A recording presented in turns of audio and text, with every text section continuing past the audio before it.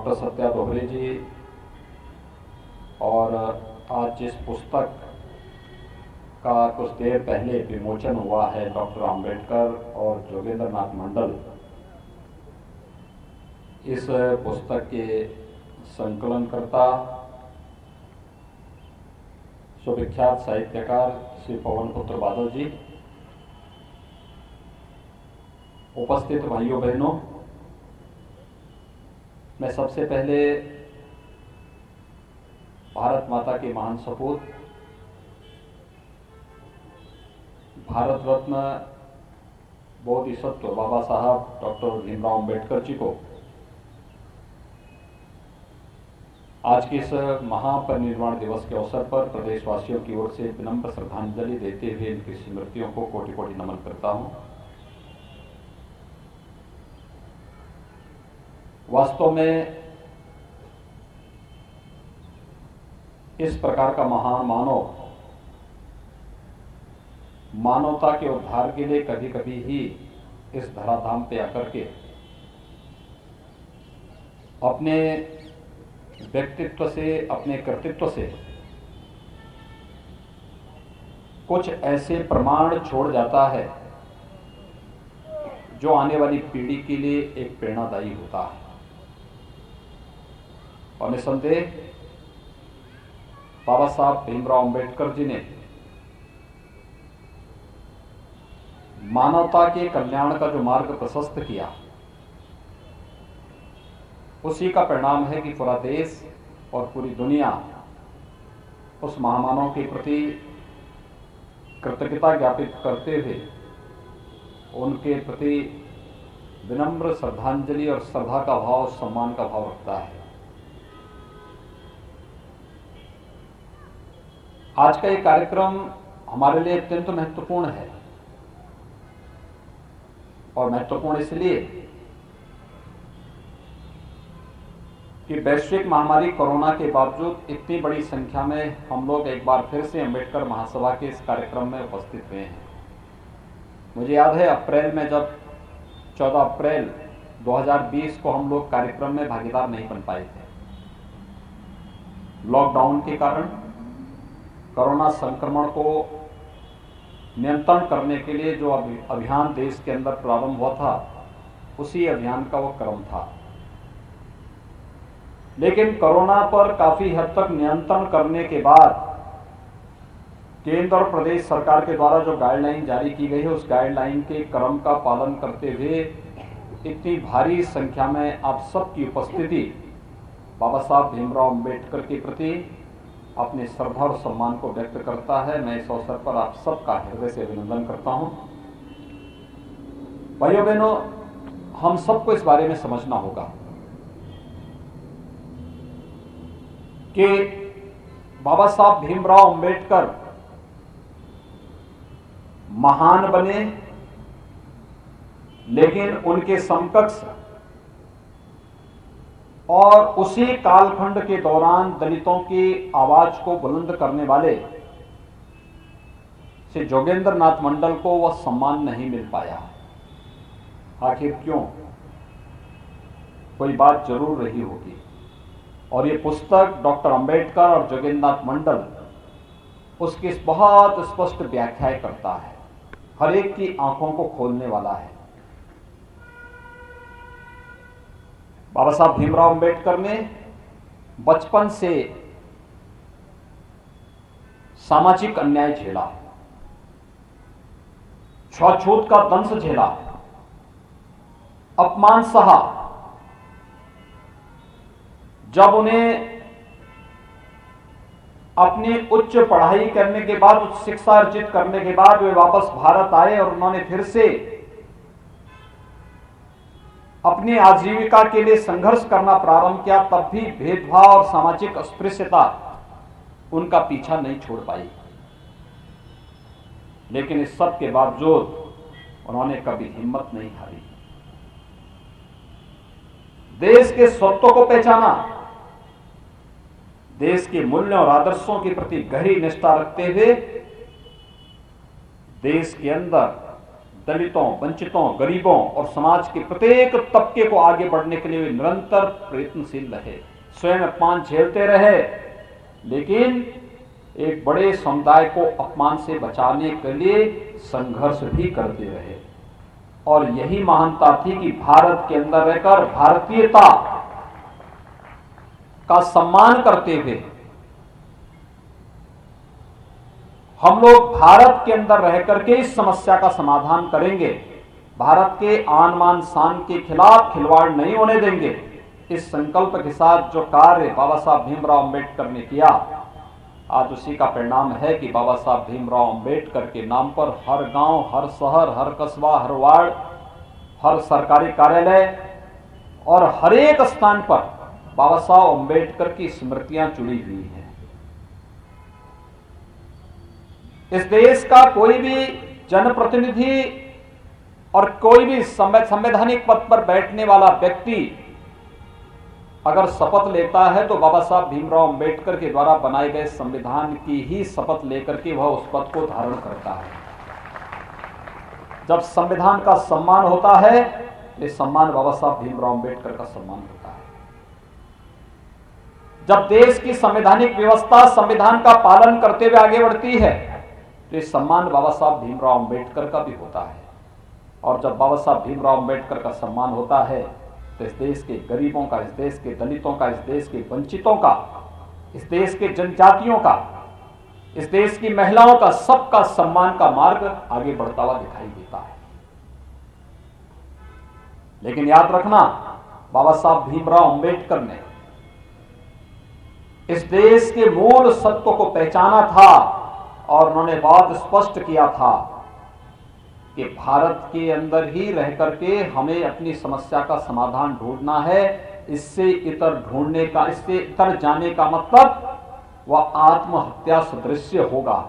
और जो बात बाबा साहब भीमराव अंबेडकर ने कही थी, आखिर वही बात सच साबित हुई। ये जानते हैं, जोगेंद्रनाथ मंडल और बाबा साहब भीमराव अंबेडकर ये दो महापुरुष थे, दलितों की आवाज आजादी के पूर्व। और जब कांग्रेस ने बाबा साहब भीमराव अंबेडकर को देश के नेशनल असेंबली में जाने से रोका था, तब बाबा साहब भीमराव अंबेडकर के लिए सीट छोड़ी थी श्री जोगेंद्रनाथ मंडल ने। और उनके कारण बाबा साहब भीमराव अंबेडकर नेशनल असेंबली के लिए चुने गए थे, जो बाद में संविधान सभा का गठन जिसके माध्यम से हुआ था। लेकिन बाबा साहब भीमराव अंबेडकर जिन्ना के षड्यंत्र को समझते थे। बाबा साहब भीमराव अंबेडकर को हैदराबाद के निजाम ने भी लालच देने का प्रयास किया था। बाबा साहब भीमराव अंबेडकर को जूनागढ़ के नवाब ने भी लालच देने का प्रयास किया था। खैर, जिन्ना तो उनके सामने पहले ही बोल चुका था कि आप पाकिस्तान को स्वीकार कर लीजिए, हम पाकिस्तान का प्रधानमंत्री बना देंगे। बाबा साहब भीमराव अंबेडकर ने कहा, नहीं, भारत मेरी मातृभूमि है, मैं अपनी मातृभूमि के साथ कोई गद्दारी नहीं कर सकता। भारत के अंदर रह करके मुझे भारत के दलितों का, भारत के गरीबों का, भारत के वंचितों के लिए न्याय की इस लड़ाई को एक शिखर तक पहुंचाना है। मैं अवश्य विजयी होऊंगा। आज भाइयों बहनों, दलितों, वंचितों, गरीबों के लिए शासन कल्याणकारी योजनाएं बनाता है तो उसकी पृष्ठभूमि कहीं से प्रारंभ होती है, तो बाबा साहब भीमराव अंबेडकर से प्रारंभ होती है। अगर ये सम्मान मिल पाता है तो बाबा साहब भीमराव अंबेडकर के कारण मिल पाता है। लेकिन उसी समय जिन्ना का सहयोग करने वाले जोगेंद्रनाथ मंडल धोखा खा गए।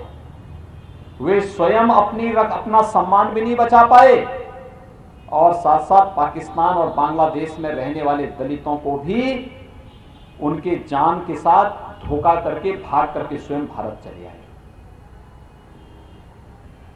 आजाद भारत में कभी भी जोगेंद्रनाथ मंडल को सम्मान नहीं मिल पाया। अगर ये पुस्तक और प्रधानमंत्री जी ने संसद में इसका उल्लेख नहीं किया होता तो जोगेंद्रनाथ मंडल का नाम लोग भूल ही चुके थे। लेकिन बाबा साहब भीमराव अंबेडकर, मैंने आपको जो बताया, हर सरकारी कार्यालय में, हर संवैधानिक शपथ में, हर गांव में, हर कस्बे में बाबा साहब भीमराव अंबेडकर का स्मारक भी है और भारत ने अपना सर्वोच्च सम्मान भी भारत रत्न के रूप में किसी को दिया तो बाबा साहब भीमराव अंबेडकर को दिया।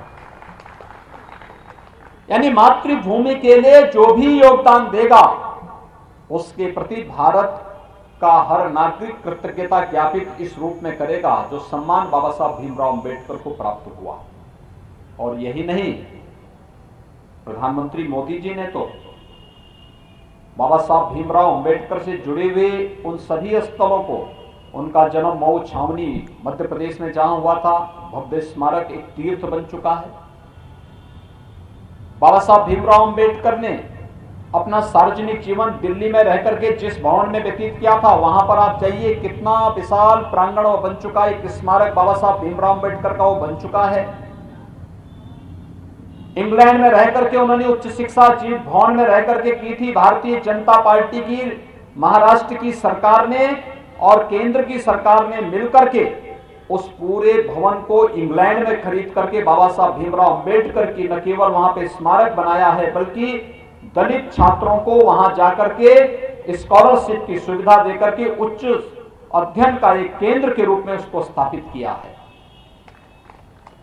नागपुर की उनकी दीक्षा भूमि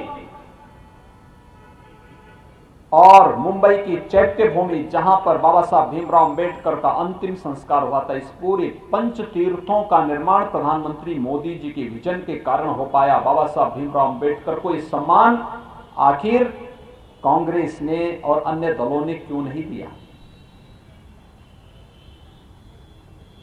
आज आप देखते होंगे प्रधानमंत्री मोदी जी की एक एक स्कीम जब निकलती है तो उस स्कीम का आधार कौन होता है? वही वंचित होता है, वही गरीब होता है, वही दलित होता है, जिसको वोट बैंक तो बनाया गया, लेकिन जिसके हित में ईमानदारी पूर्वक कोई कार्य नहीं हुए थे। आज प्रधानमंत्री आवास योजना में उत्तर प्रदेश के अंदर हम 35 लाख गरीबों को एक एक आवास, प्रधानमंत्री आवास उपलब्ध करा रहे हैं। आप हर गांव में जाकर के देखिए, आपको गरीबों के, दलितों के मकान प्रधानमंत्री आवास योजना में बनते हुए दिखाई दे रहे होंगे। कोई भेदभाव नहीं। नारी गरिमा का प्रतीक, स्वास्थ्य के प्रति हर व्यक्ति को हम जागरूक कर सके। स्वच्छ भारत मिशन में देश के अंदर 10 करोड़ गरीबों के लिए बना एक एक शौचालय, यह हर गरीब और हर दलित के सम्मान की रक्षा का भी माध्यम बना। हर गरीब, हर दलित के घर में जलने वाला रसोई गैस का चूल्हा, हर दलित और हर गरीब के घर में जलने वाला बिजली का लट्टू, बिजली का बल्ब, हर गरीब और हर दलित को मिलने वाली आयुष्मान भारत में 5 लाख रुपए की स्वास्थ्य बीमा का कवर, हर गरीब को मिलने वाला राशन, ये सभी योजनाएं पहले से चली आ रही हैं। प्रधानमंत्री मोदी जी ने 2014 के बाद से लगातार इन योजनाओं को आगे बढ़ाने का काम किया, इन योजनाओं को लागू किया, और आज मैं कह सकता हूं हर गरीब के सम्मान की रक्षा करने के लिए केंद्र और प्रदेश सरकार पूरी प्रतिबद्धता से कार्य कर रही है। तो इसकी पृष्ठभूमि में जब हम लोग जाते हैं तो ये सब बाबा साहब भीमराव अंबेडकर की ही प्रेरणा है,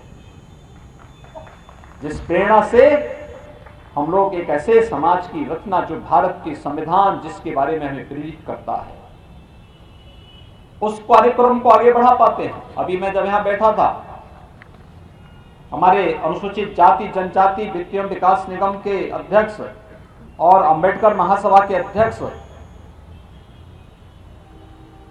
श्री लालजी प्रसाद निर्मल जी ने जो बातें यहां पर कही, उन्होंने कुछ बातें यहां पर कही। शहरी इलाकों में अगर किसी के पास जमीन का टुकड़ा है या जमीन का थोड़ा भी भाग है या पुराना मकान है, प्रधानमंत्री आवास योजना में उसको कवर किया जा सकता है। प्रधानमंत्री आवास योजना में 2.5 लाख रुपए उस परिवार को केंद्र और प्रदेश सरकार मिलकर के दे रही है, और मुझे लगता है कोई भेद उसमें किसी के साथ नहीं। हर दलित को, हर गरीब को ये सुविधा उपलब्ध कराई जा रही है। ग्रामीण क्षेत्र में हम लोगों ने पहले ही व्यवस्था बना दी है कि अगर कोई दलित, कोई गरीब पहले से ही किसी ग्राम पंचायत की भूमि पर, अगर वह आरक्षित श्रेणी की नहीं है, वहां पर मकान बना के रहता है, तो उसको कोई छेड़ेगा नहीं, उसका मालिकाना हक उसी को उपलब्ध करवाने का कार्य होना चाहिए। लेकिन अगर आरक्षित श्रेणी की भूमि है तो फिर उसको कहीं पर पहले भूमि उपलब्ध कराओ, प्रधानमंत्री आवास उपलब्ध कराओ, और ऐसा उपलब्ध करवाने के बाद तब उसकी सहमति से ही फिर वहां से उसका वह अतिक्रमण हट पाएगा, जब उसको मकान मिल जाएगा, जमीन मिल जाएगी। तीसरा, स्वामित्व योजना। अब तक होता क्या था, ग्राम पंचायत की भूमि किसी गरीब को, किसी दलित को मिल गई, लेकिन उस भूमि का मालिकाना हक उसको नहीं मिल पाता था। वह चाहता कि अगर बैंक से मैं लोन ले सकूं, नहीं ले सकता था। अब प्रधानमंत्री मोदी जी ने स्वामित्व योजना भी प्रारंभ कर दी है, जहां पर जिसका मकान है उस मकान का कागजों में नाम भी उसी व्यक्ति के नाम पे चढ़ जाएगा, और अगर वो चाहेगा तो अपने उस जमीन को गिरवी रख करके बैंक से लोन लेकर के अपना कारोबार भी आगे बढ़ा सकता है। यह सुविधा प्रदेश के अंदर लागू होकर की जा चुकी है। स्वामित्व योजना, इसको तेजी के साथ आगे बढ़ाने का कार्य किया जा रहा है। भाइयों बहनों, सबका उद्देश्य, प्रधानमंत्री मोदी जी का उद्देश्य हो या प्रदेश की सरकार का है, हमारे मंत्रीगण हैं, सभी लोग एक ही उद्देश्य के साथ काम कर रहे हैं। हम लोगों ने संविधान की शपथ ली है। मैं मानता हूं कि सामाजिक अस्पृश्यता का भाव ये मानवता के लिए सबसे बड़ी चुनौती है, और ये मानवीय सृष्टि के साथ सबसे बड़ा अन्याय है। इस अन्याय के खिलाफ पूरे समाज को मिलकर के लड़ना होगा। कोई भेदभाव नहीं होना चाहिए, किसी भी प्रकार का छुआछूत और अस्पृश्यता के लिए कोई जगह किसी भी सभ्य समाज में नहीं होनी चाहिए। एक भेदभाव से मुक्त, छुआछूत और अस्पृश्यता से मुक्त एक ऐसे समता मूलक समाज के निर्माण का भाव, जो बाबा साहब भीमराव अंबेडकर ने अपने संविधान में भी इस बात को उल्लेख करके कहा। उनके संविधान की 4 बातें बहुत महत्वपूर्ण है। बंधुता है, समानता है, न्याय है और स्वतंत्रता है। इन 4 मानवीय मूल्यों पर आधारित भारत का संविधान बाबा साहब भीमराव अंबेडकर की यश और कीर्ति को दिग दिगंत तक निरंतर आगे बढ़ाने का कार्य कर रहा है। और हम सबको भी इस बारे में ध्यान रखना होगा कि हमें बंधुता के भाव का प्रचार प्रसार करना होगा। हमें एक समता मूलक समाज के निर्माण की भावना को आगे बढ़ाना होगा। न्याय सबके लिए हो, सर्वसुलभ हो, इस लक्ष्य को प्राप्त करने के लिए निरंतर आगे बढ़ना होगा। और किसी की भी स्वाधीनता को जबरन कैद करके नहीं रखा जा सकता है। इस भाव को लेकर के भी हमें आगे बढ़ना होगा, और यही तो भारत के संविधान का मूल भाव है। इसी भाव को लेकर के बाबा साहब भीमराव अंबेडकर ने इस देश को संविधान दिया था। और भाइयों बहनों, जब हम उनके 65वें महापरिनिर्वाण दिवस पे आज उनके प्रति विनम्र श्रद्धांजलि अर्पित कर रहे हैं, मैं आप सबका आह्वान करूंगा कि हम सभी लोग मिलकर के बाबा साहब भीमराव अंबेडकर के इस संविधान से प्रेरणा प्राप्त करें। बाबा साहब भीमराव अंबेडकर ने देश की आजादी के पहले और आजादी के बाद देश की जनता को, खासतौर पर दलितों को और गरीबों को सावधान करने के लिए जिन मुद्दों के प्रति सावधान किया था, चाहे वो निजाम की लालच के मुद्दे रहे हों, चाहे वह जूनागढ़ के नवाब या जिन्ना के लालच का जवाब उन्होंने जिन शब्दों में किया था, हमें उसे हमेशा याद रखना पड़ेगा और उनके प्रति सचेत रहते हुए प्रत्येक नागरिक को भी सचेत करना पड़ेगा।